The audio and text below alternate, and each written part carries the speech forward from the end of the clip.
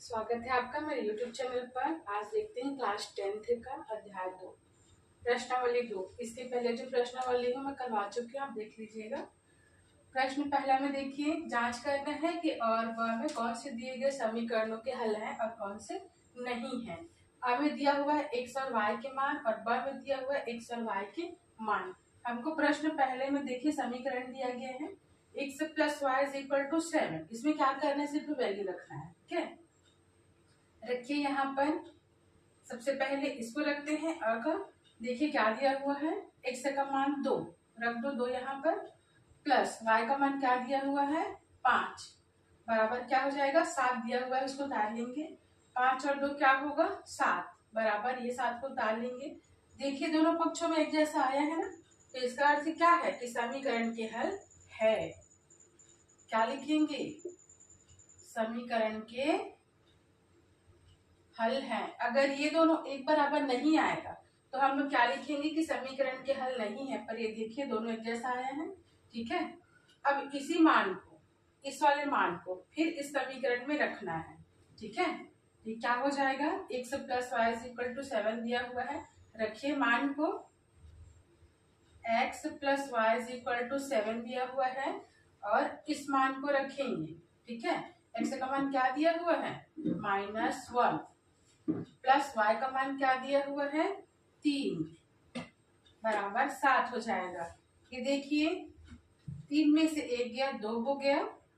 ठीक है, बड़े से का चिन्ह लगता है प्लस, प्लस को हम लिखेंगे ना यहाँ पे, और ये हो गया 7। क्या ये दोनों एक जैसा आया है, नहीं आया है। इसका मतलब क्या है कि समीकरण के हल नहीं है। ठीक है, समीकरण के हल क्या है, नहीं है, क्योंकि हमारा बायां पक्ष और दायां पक्ष दोनों एक जैसा नहीं है। नंबर 3 देखते हैं। इसी में 2x - 3y = दिया हुआ है -11। ठीक है, फिर इसमें क्या करना है, हमारे इस वाले मान को, x का मान 2 और y का मान 5, ठीक है, और x का मान -1 और y का मान 3, दोनों को बारी बारी रखना है। ठीक है, तो इसमें रख देते हैं x = 2, तो ये हो जाएगा 2, x का मान क्या हो जाएगा 2 -3, y का मान क्या है 5 है। ये हो जाएगा दोनों के बीच में गुणा, बराबर -11। ठीक है, 2 दूनी 4 हो जाएगा, -5 या 15, बराबर -11 दिया हुआ है, उसको उतार लेंगे।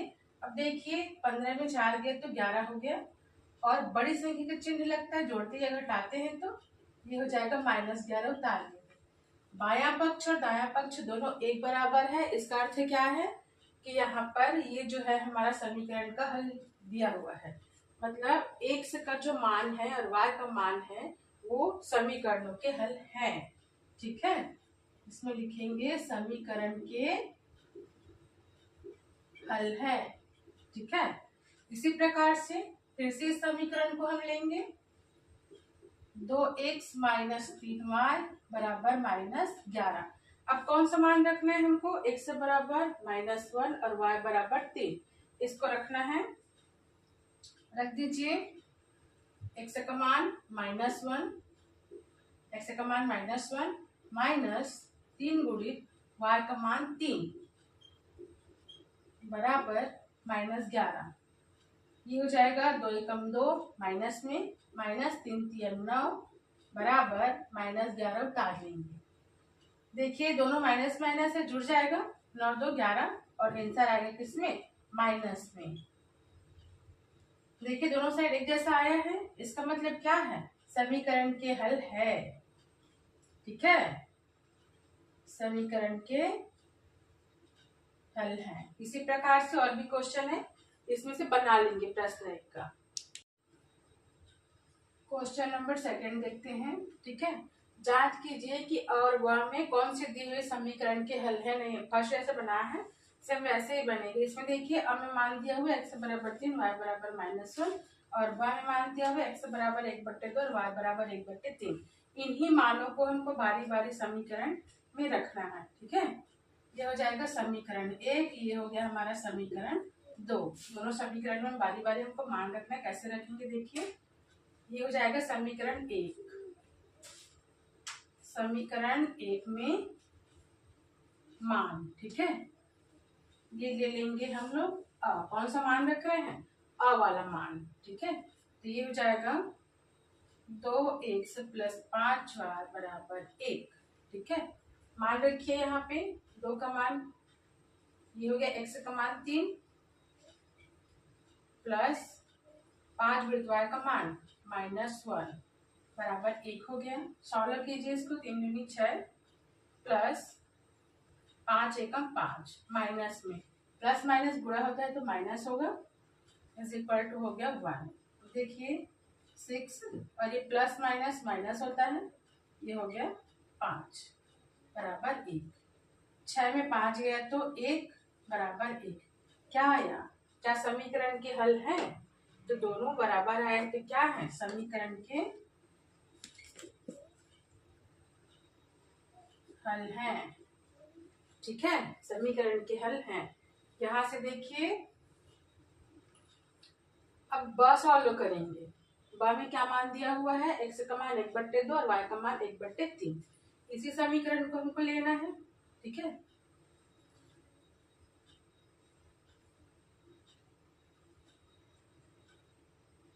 दो x + 5y बराबर 1। मान रखिए x का मान 1/2 प्लस 5 y का मान 1/3 बराबर 1, ठीक है। देखिए कैंसिल हो जाएगा, 2 और 2 ऊपर नीचे है, 1 धन 5/3 बराबर क्या होगा 1। अब देखिए 3 एकम 3 प्लस 5 और पूरे का बट्टा 3 बराबर 1। क्या हो जाएगा 5 3 8, 8/3 बराबर 1। क्या दोनों एक बराबर आया है, नहीं आया है, तो समीकरण के हल ये संभव नहीं है। दोनों साइड एक बराबर नहीं आया है, इसलिए ये संभव नहीं है। अब देखिए यहाँ पर दूसरा समीकरण पकड़ते हैं।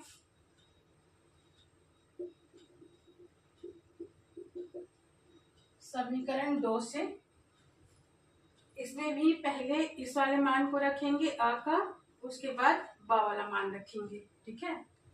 इसमें देखिए अ, ठीक है, अ वाला मान रख रहे हैं हम लोग। समीकरण लिख लेते हैं सबसे पहले, 2x + 3y बराबर 3, ठीक है। रखिए यहां से x का मान 3 प्लस 3 गुणित y का मान -1 बराबर 3, 3 दूनी 6। ये देखिए यहाँ से 3 एकम 3, ये हो जाएगा माइनस में बराबर 3। सॉल्व कर लेंगे, ब्रैकेट खोलेंगे तो माइनस में हो जाएगा बराबर 3। अब देखिए 6 में 3 गया तो 3 बराबर 3। दोनों साइड एक जैसे आया है, मतलब क्या होगा, समीकरण का हल होगा, समीकरण का हल होगा। अब के बाद यहाँ से देखिए बस, ठीक है। समीकरण जो दूसरा है इसमें मान रखेंगे, इसके पहले हम समीकरण पहले मान रख चुके हैं। 2x धन 3y बराबर 3। कौन सा मान रखना है, ब वाला रखते हैं। 2 गुणित 1/2 धन 3 गुणित 1/3 बराबर 3। ये कैंसिल हो जाएगा, ये भी कैंसिल हो जाएगा, ऊपर नीचे क्या बचा, 1 धन 1 बराबर 3। ये क्या हो जाएगा, 2 बराबर 3, ठीक है। क्या हो जाएगा, समीकरण के हल नहीं है, दोनों बराबर नहीं आया है, इसलिए समीकरण के हल नहीं है। इसी प्रकार से सभी क्वेश्चन बना लेंगे, ये सेम बनेगा। प्रश्न दूसरा का चौथा देखते हैं। 2 समीकरण दिया हुआ है, इसमें भी और ब में जो वैल्यू दिया है उसको पुट करना है। कैसे करेंगे, देखिए यहाँ से सबसे पहले अ वाला लेंगे, किस में लेंगे, तो ये हो जाएगा 2x धन 5y बराबर 8/3। ठीक है, आ वाला लिए तो ये मान रखेंगे हम लोग इसमें। x का मान क्या है 3, 2 गुणित 3 धन 5 गुणित ये हो जाएगा y का मान -1 बराबर 8/3 दिया हुआ उतार लेंगे। ये देखिए 3 दूनी 6, ये हो जाएगा गुणा होके -5 बराबर 8/3। ठीक है, ये हो जाएगा 1 बराबर 8/3। क्या दोनों तरफ जो है 1 बराबर आया है? नहीं आया है। इसका मतलब क्या है? समीकरण के हल नहीं है। इसके पहले भी देखे हैं ना, समीकरण के हल नहीं है।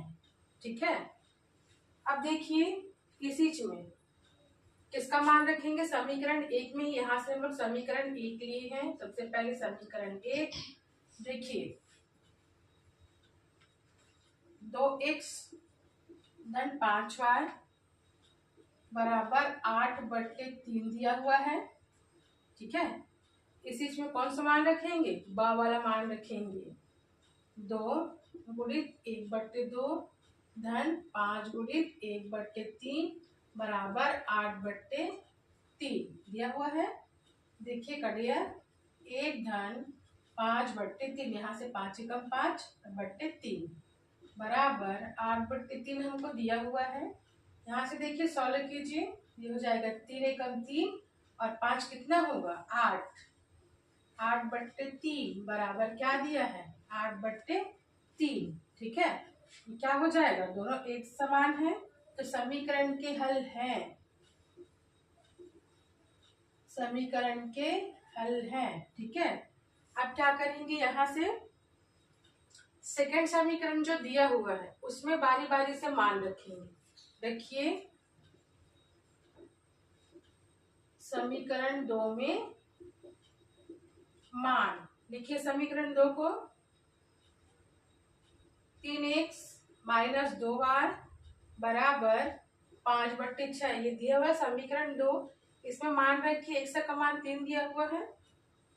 3 गुणित 3 माइनस 2 गुणित y का मान -1 बराबर 5/6।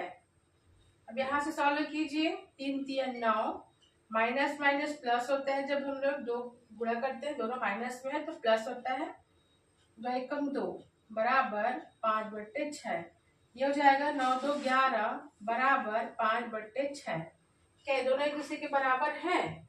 नहीं है, तो मान क्या होगा? समीकरण के हल नहीं है। समीकरण के हल नहीं है। ठीक है, अब इसके बाद कौन सा बच गया? समीकरण 2 में इस ब के मान को रखना बचा है ना। ये हो जाएगा ब। समीकरण 2 उतार लेते हैं। 3x - 2y बराबर 5/6। ठीक है, कौन सा मान है ब का? x बराबर 1/2 तो 3 गुणित 1/2 x का मान हो गया -2, y का मान 1/3 बराबर में जो दिया है उसको उतार लेंगे। ये देखिए आमने सामने गुणा होगा। 3 एकम 3/2 माइनस 2 एकम 2/3 बराबर 5/6। यहाँ से तिर्यक गुणा हो जाएगा। देखिए 3 3 9 माइनस 2 दूनी 4 बट्टे 3 दूनी 6 बराबर 5/6। अब देखिए 9 में 4 गया तो 5 बचेगा। 5/6 बराबर 5/6 जो दिया है उसको फिर से उतार लेंगे। उतारते गए हैं। यहाँ से देखिए दोनों का मान क्या है? एक बराबर है। तो क्या हो जाएगा कि ये समीकरण के हल है। क्या हो जाएगा? हल है। ये दोनों एक दूसरे के बराबर नहीं आएगा तो हल नहीं है, बराबर आएगा तो समीकरण के हल है। प्रश्न तीसरा देखते हैं। हल कीजिए बोल रहा है किसी भी विधि से। ठीक है, हमारे पास कई विधि जैसे विलोपन है, प्रतिस्थापन है, इसको सॉल्व करना है। ठीक है, किसी भी विधि से हल करें आंसर सेम आता है। तो हम दोनों विधियों को देखते हैं, एक ही क्वेश्चन को दोनों विधियों से बनाकर देखते हैं। ठीक है, सबसे पहले देखते हैं विलोपन विधि। विलोपन विधि फिर इसी को देखेंगे प्रतिस्थापन विधि से। विलोपन विधि में क्या करेंगे, देखिए दो समीकरण दिया हुआ है ना। क्या करेंगे, दोनों समीकरण में किसी भी संख्या का ऐसा गुणा करेंगे कि दोनों समीकरणों का या तो ये वाला मान बराबर हुए दोनों, या तो फिर ये वाला मान बराबर हो। तो क्या करेंगे, इसमें देखिए कुछ भी अंक नहीं दिया हुआ है, तो इसमें हम 3 का गुणा कर देंगे। समीकरण 1 में